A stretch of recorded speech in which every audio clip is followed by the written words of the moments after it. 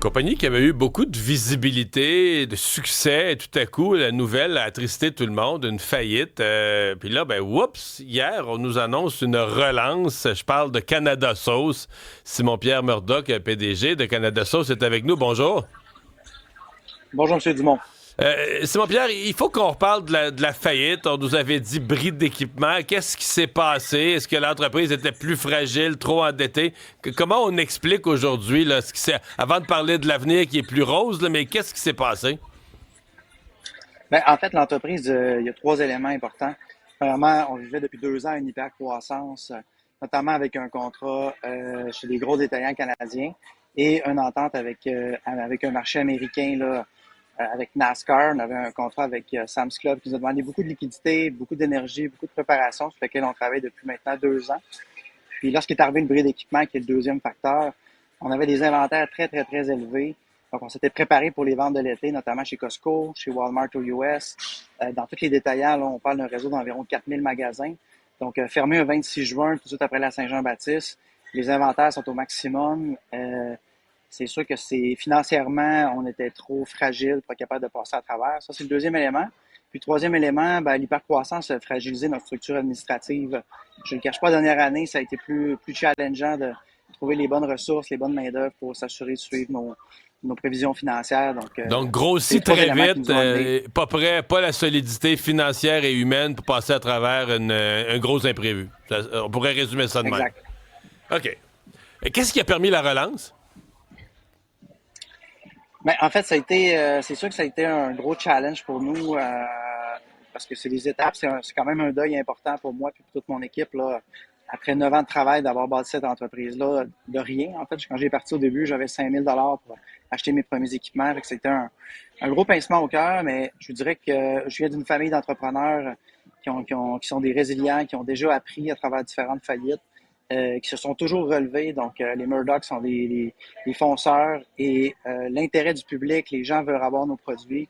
Le fait que, pour moi, c'était impensable, avec tout ce qui se passe au niveau macroéconomique canadien, américain, de ne pas remettre Canada Sauce en circulation. Donc, on a tout fait ce qu'on pouvait pour faire une offre au syndic de faillite, pour reprendre l'entreprise le plus rapidement possible, pour se repositionner contre les gros joueurs américains avant l'arrivée de l'été. Et donc, vous avez réussi ça avec des nouveaux investisseurs à bord? Oui, c'est ça. J'ai eu la confiance de nouveaux investisseurs là, qui ont embarqué avec moi. Donc, on parle d'un groupe d'hommes d'affaires du Saguenay-Lac-Saint-Jean et d'hommes d'affaires de l'Estrie, plus précisément de Sherbrooke, dans le domaine immobilier.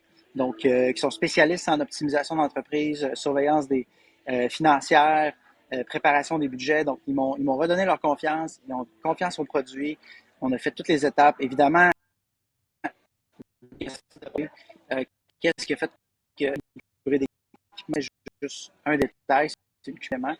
On a passé à travers ça. Ils ont eu confiance au plan de match que je leur ai présenté. Ils ont tout moi transparent. Je leur ai présenté ma stratégie si on revenait sur le marché. Ça a été très rapide. Ils ont débloqué les fonds pour qu'on puisse déposer au syndic. Donc, mettre de l'argent à disposition pour payer nos créanciers et les gens qui ont perdu des sous dans l'aventure. Exactement. Et repartir le plus rapidement possible, mais de la bonne façon pour ne pas répéter les mêmes erreurs. Ce matin, là, mercredi matin, là où on se parle, est-ce que les usines produisent? Est-ce que les machines tournent? Oui, vous faites signe que oui? Oui, depuis maintenant 2 semaines, OK. on a fait une première production pour les entrepôts Costco. Fait que Costco nous ont signifié leur intérêt là, après la reprise de l'entreprise à nous distribuer à travers l'ensemble du Québec et de l'Ontario. Donc, la semaine passée, on a livré tous les entrepôts du Québec, tous les entrepôts de l'Ontario. Et demain et après-demain, on va livrer les magasins en vrille, on livre nos distributeurs. Et dès la semaine prochaine, on va recommencer à monter notre réseau de vente à travers le Québec. Et même en Europe aussi, on a une commande qui part dans 3 semaines pour l'Espagne. Fait que là, vous êtes reparti sur des...